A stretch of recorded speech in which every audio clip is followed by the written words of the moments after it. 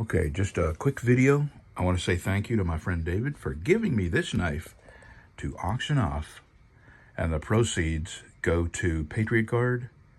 And my friend Rob's Homemade Life, sent me this and some money to send to Patriot Guard. And Rob, I'm going to keep this and I'm going to sell the one I'm working on because I can get my hands in this one. I can't get my hands in the other one. So this will come apart. I'm going to clean it up, make it all shiny and pretty. I'm not changing anything. I will use epoxy in the joints just to keep bacteria and stuff like that from getting up in there. But this will look brand new before I'm done with it. And the one that I'm working on at my shop, I'm going to put a nice handle on it. And I'm going to offer that for sale. And the proceeds from that and the proceeds from this will go to Patriot Guard. So look for an auction. It will be, I'll do a live video. And this is a K-bar. Aston Felts, and I've looked it up, and this goes anywhere from $120 to $250 on eBay. So, you know, who knows what I'll get out of it. An auction is an auction. So anyway, just thank you to David, and thank you very much, Rob. And all right, let's go get my day started. This is Saturday. Tomorrow, Sunday, you're going to see a video about me pulling the bearings out of a rim. So you won't probably see this video till Monday. And I'm not sure when I'm going to get to the live auction. I got to finish that Ulu that's in my shop right now. And today I'm going to work on my ZTR lawnmower. I'm going to see if I can quickly and easily put one O-ring in my check valve on my gas tank on my motorcycle. If I can give it like a temporary fix, just so I can use it for the next couple of months. If I can't do it quickly, I'm just going to have to take it to the Harley dealer and bite the bullet and let them do it. Or buy the special tool that does all that. And by the time you buy the tool, you could almost pay Harley for it. And then I got my tools that I ordered to work on those big cleavers. Those came in. I'm going to experiment with that a little bit today and see what it's going to take to clean them up and get them sent to their new homes. I have people waiting on those. See you in a bit. All right, here's the original Ulu that I'm working on. I have one side sanded, and it's taken me like 4 or 5 hours of sanding to get one side sanded because this is hardened. So it's taken an extreme amount of time, sandpaper, and effort to get where I'm at here.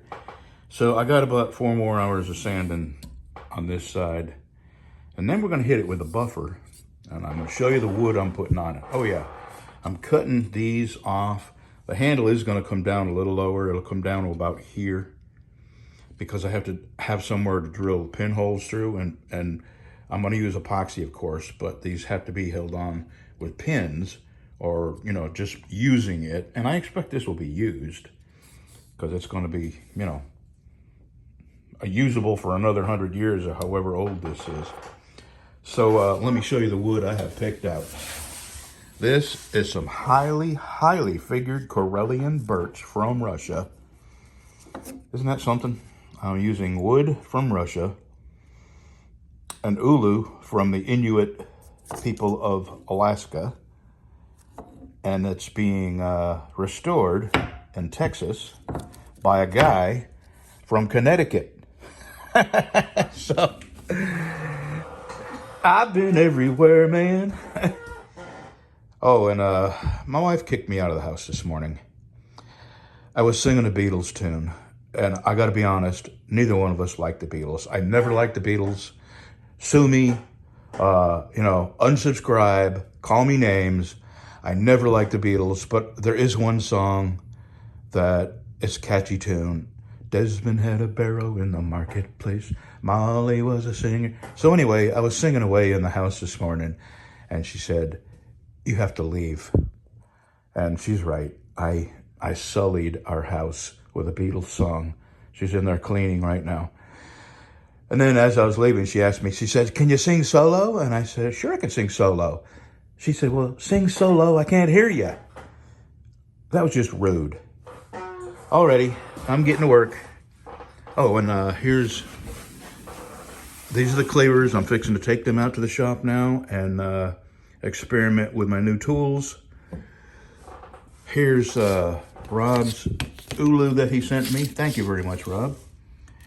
David's knife is at the house. I'm not doing a thing to it. It's very, very old, 1930s era, okay? That's how old it is. So it shows, you know, that many years of age. And I'm not touching it. It's not rusty. There's no rust. The knives have not been destroyed by idiots sharpening them. The blades, not the knives. The blades are in good shape. And I'm not going to polish it. I'm not doing anything to it. The patina that's on it, it has earned.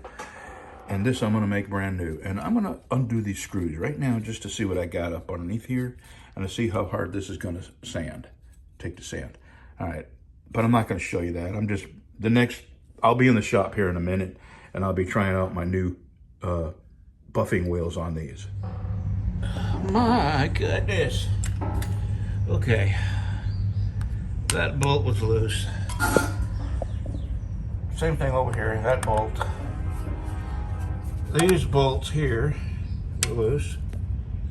That and that.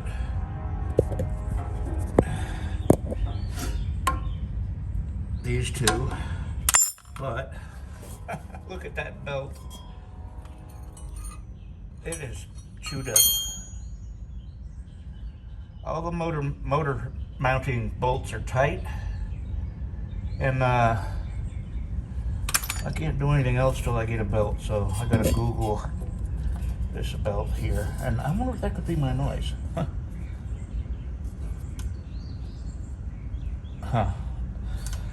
I don't know. So I'm gonna poke around a little bit more, see if I can find some loose bolts, but that's it so far, and definitely I'm gonna have to find out how this, I may have to drop this axle. This whole axle may have to come down because you see how close that top pulley is, right? Let me see if I can get this up there, right there. I'm gonna get this belt over the top of that pulley, as close as that is. So I can only, something's gotta give. So I'm thinking this bolt here, probably has to come out or get loosened up significantly, and the whole thing has to drop down at least a ½ inch.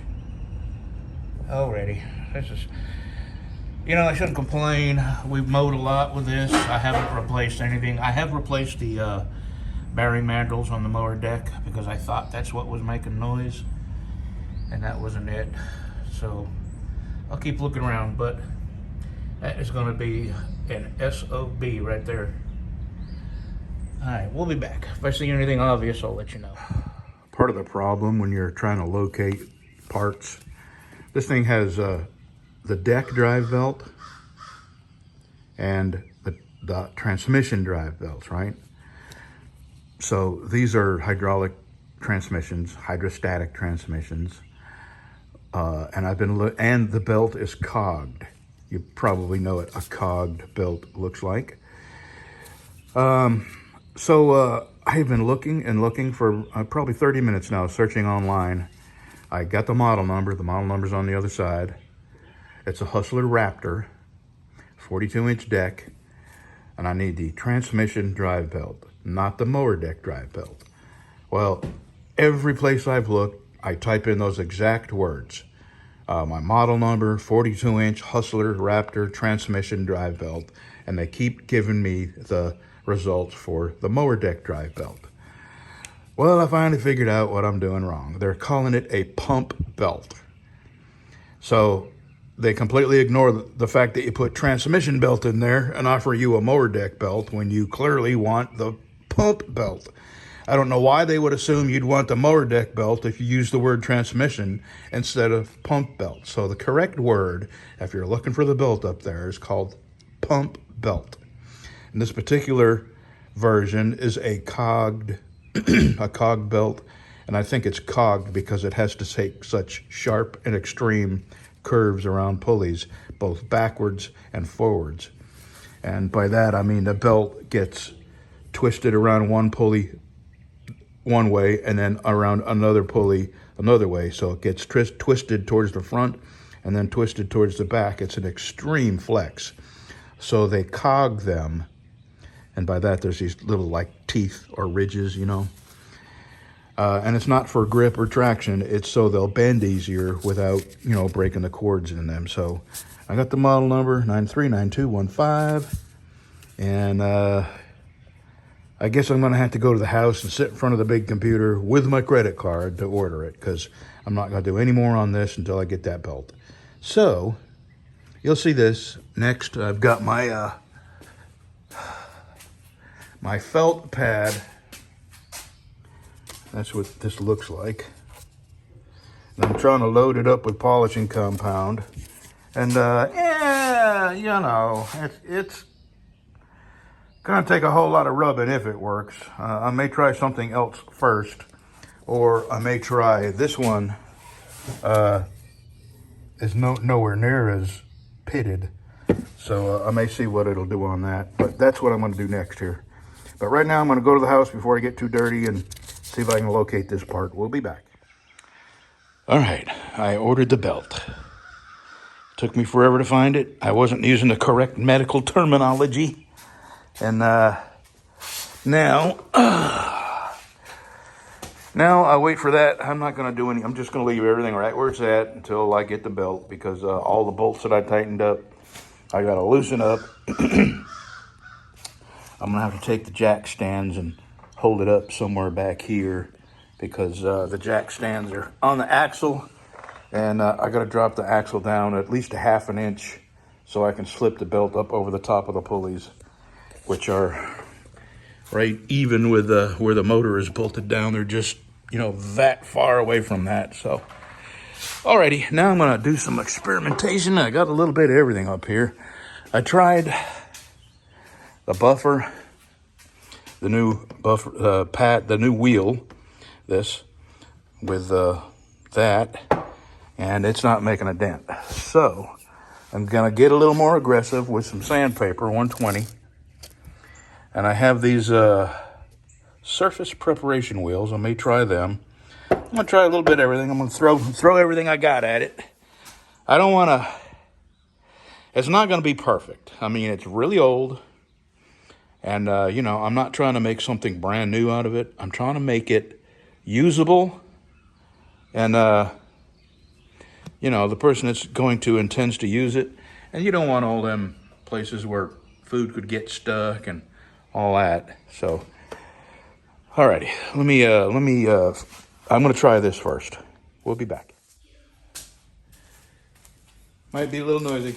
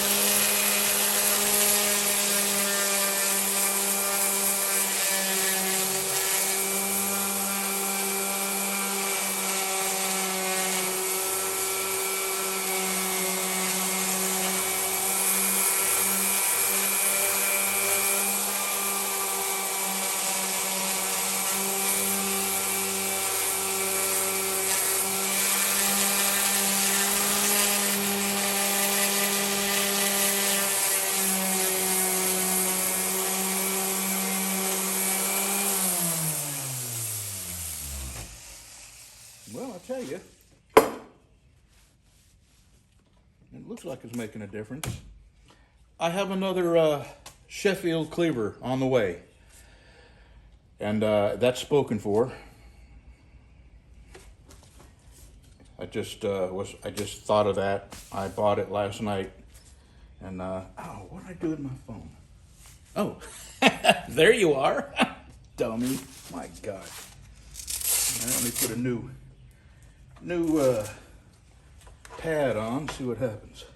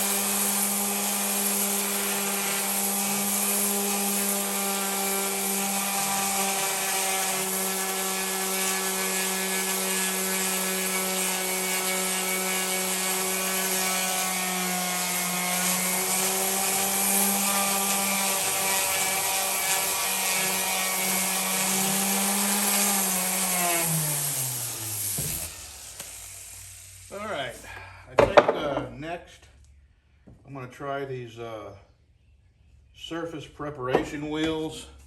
Let me get one on and see if that makes a difference. I'll be right back. Well, I might have found the one. This just seems to be working pretty good. I just hit it a little bit.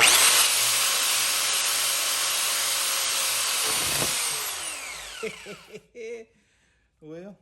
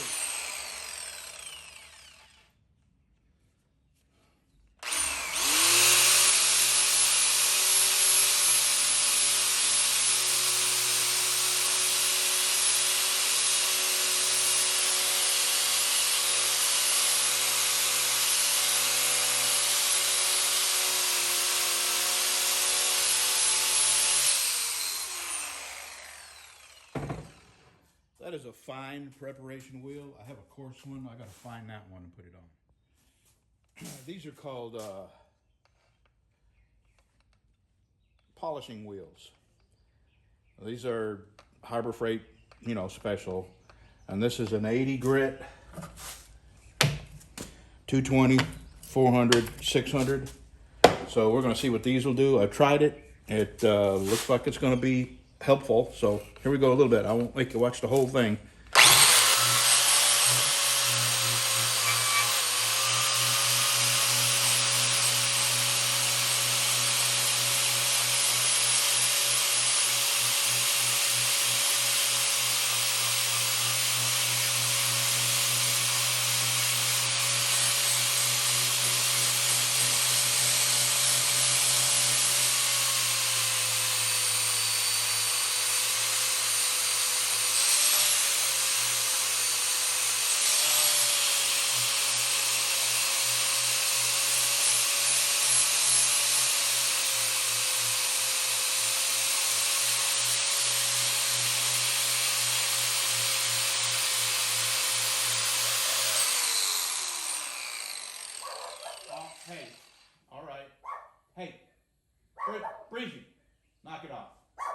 it off. Dog. Definitely.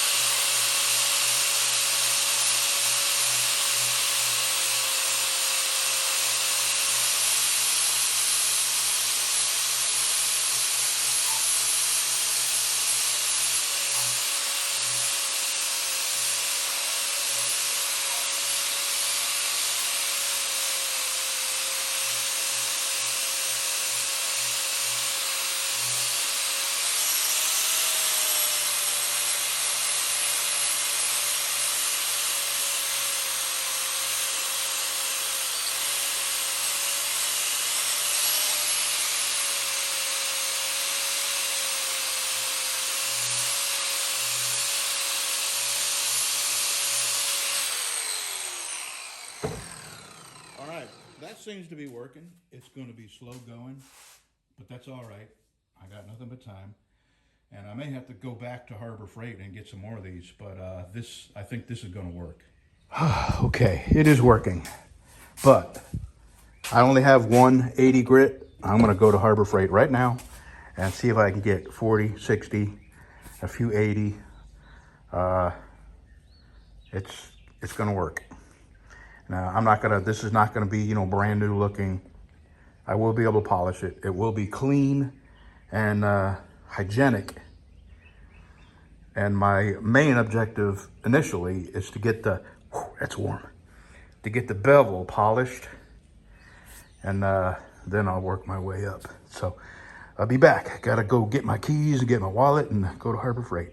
Man, this day has gotten away from me. The only thing I've got done is determine that I got to put a new belt on that. So yesterday I spent $40 on Bev's belt. Today I spent $40 on a belt for this. And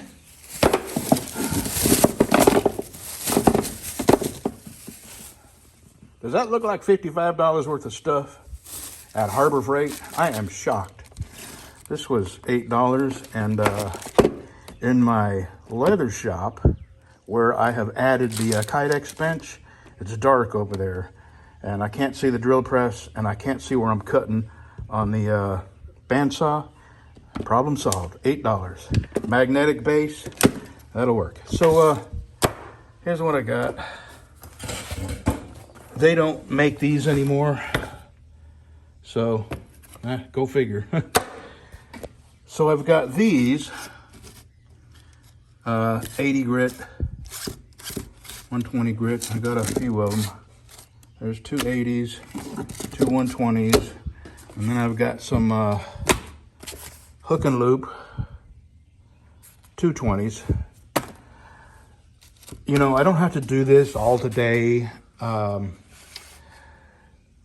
What I'm trying to do is figure out what's going to work, and then, I have a plan from there. I really want to get that gas leak on my bike fixed, because tomorrow the Patriot Guard riders are going to meet up with the people that ride to the wall. Every year it's called a run for the wall. And, they start in the West Coast, and they drive motorcycles and pick up motorcycles along the way as they head to Washington, D.C., to the Vietnam Veterans Memorial, the wall. It's called Run for the Wall. And they do it every year. And Patriot Guard is meeting them, and there's going to be thousands, in Longview, and may ride with them to Minden, Louisiana, because that would be their next stop from Longview. And anyway, I hope to do that tomorrow.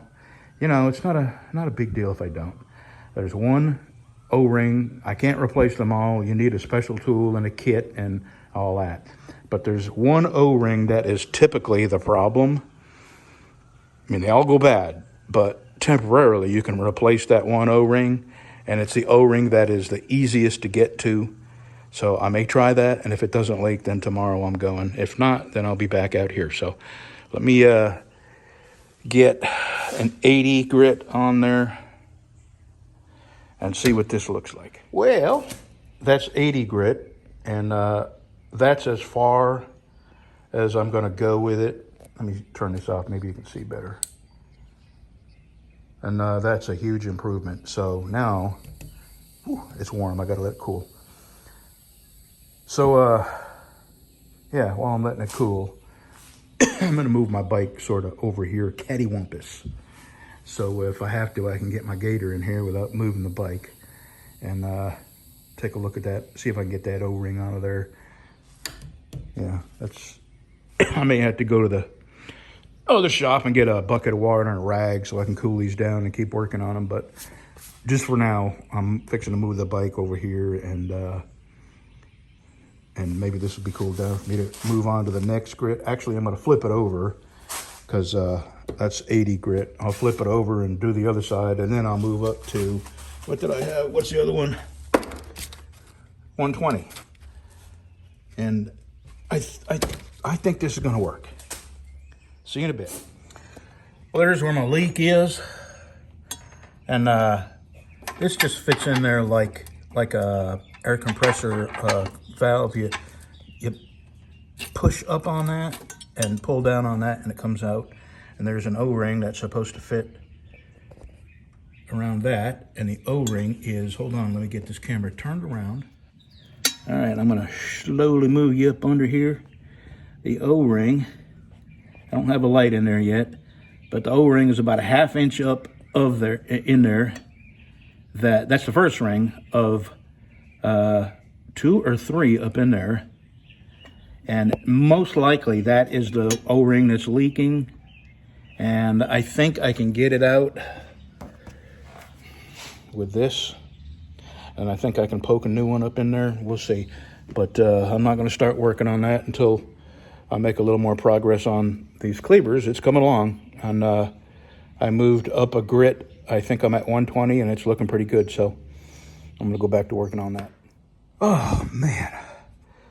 I have discovered the combination.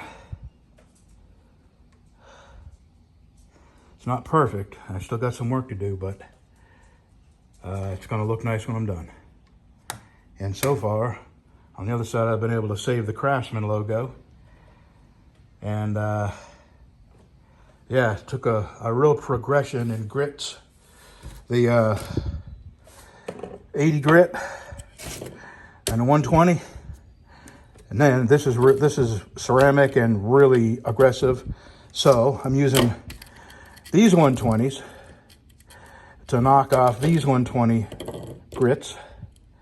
Then 220. And then the felt buffing wheel. So far I'm up to black. Once I get up to green, I think it's going to look all right. But I'm going to stop now that I know how to do it.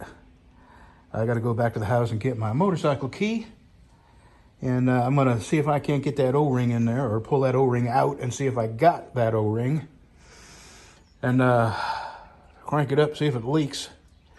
I'll be back in a minute. Okay, I'm working on the O-ring, and I got a little light under there. Can you see the O-ring, the black in the center? That's what I got to dig out. And don't know if I can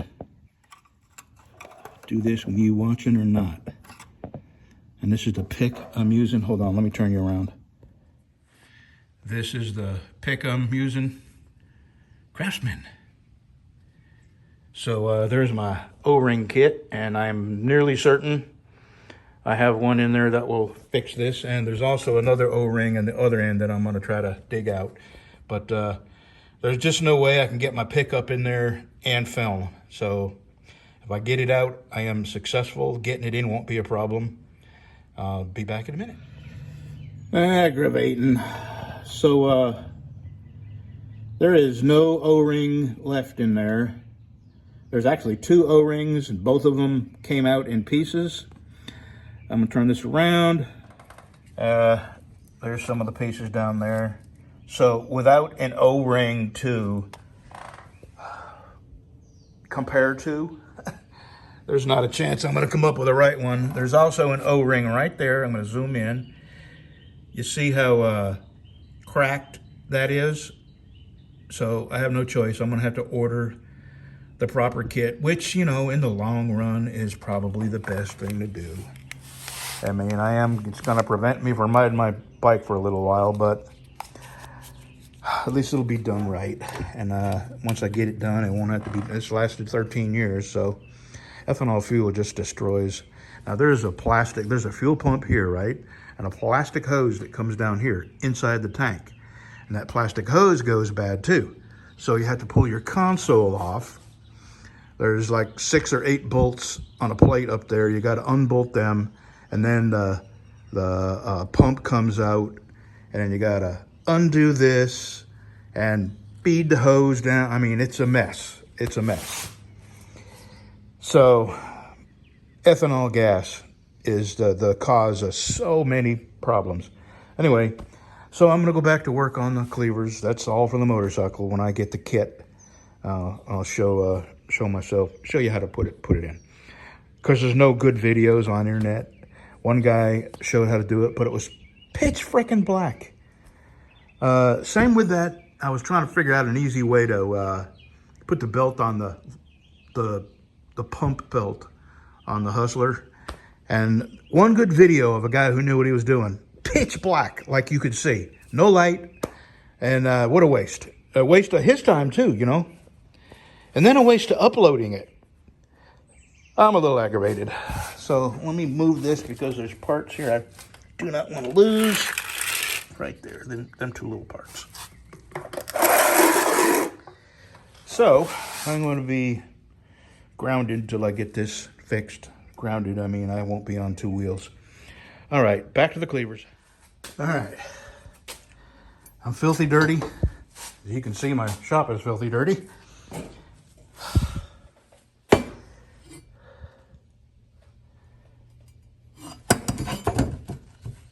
So I'm gonna spend the rest of the day working on this.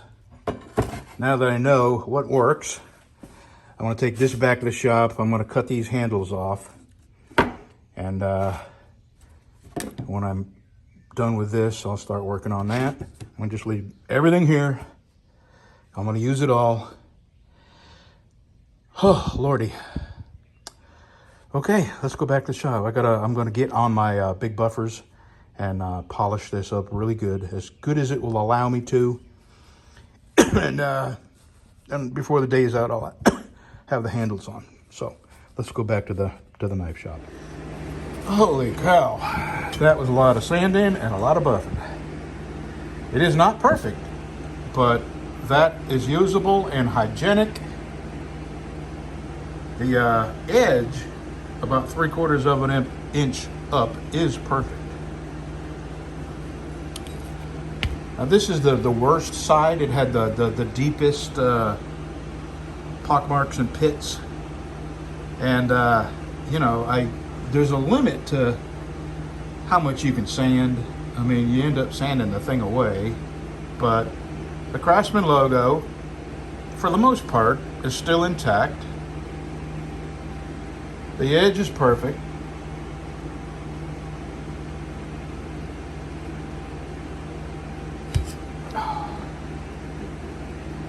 Okay, so now, where are the handles? Here are the handles. What did I say this was? I think Bacote. Hold on, let me. Yeah, I can't remember. It's a hardwood. Alrighty, I'm gonna drink my orange water and I gotta wash my hands because I don't want to get all this on the area I'm working on, because I had to use adhesive and it has to be immaculate. So my hands have to be free of all grease and oil and all the other stuff. So I'm not even gonna handle these until I wash my hands. So drink some water, wash my hands, come back and drill the holes in these, and before the day is out and it's getting kind of late, I will have these epoxied onto here. And tomorrow, right? Sunday? Yeah. Tomorrow I will shape the handles. And when that's done, I'm going to work on that. I can probably start on that tomorrow too. And then, when these are done, I'm going to go into my leather shop. I've got 4 knives to make sheaths for. 2 of them are sold and 2 of them are not. So I'll just give you one more shot of this with the handles clamped on and all that, and we'll be back tomorrow. So I'm just going to hammer this pin in. Oh, no, I better not do that. How about this pin? Nope, better not hammer that pin either. Okay, let me find a pin. I'll tell you what, that was a lot of work. And tomorrow it will pay off. I'll have a really nice handle tomorrow. Okay, it's about 4:30. Dogs are hungry. I'm tired. My wife cooked ribs. I'm fixing to go home and take a shower. Well, I gotta feed the dogs because they'll complain to management, my wife, if I don't feed them. I'm already late. 4 o'clock is when they get their supper.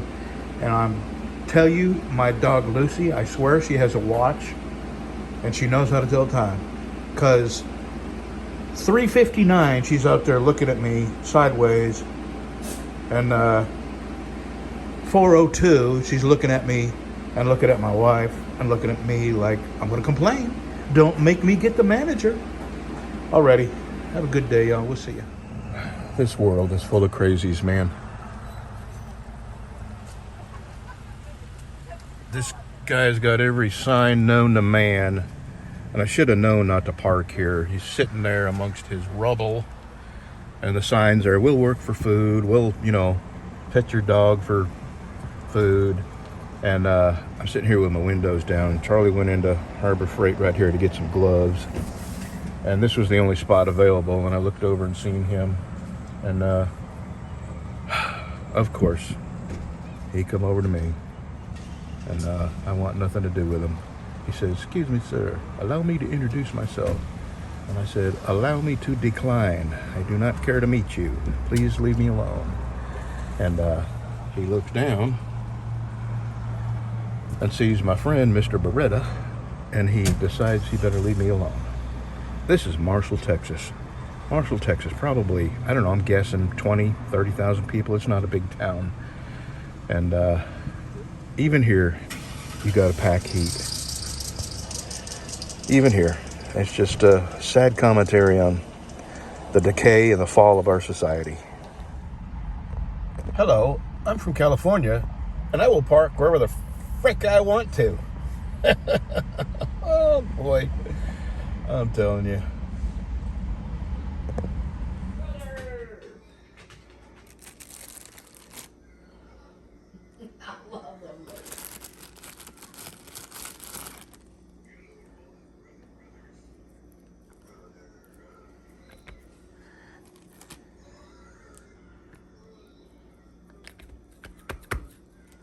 You have to pat your sandwich.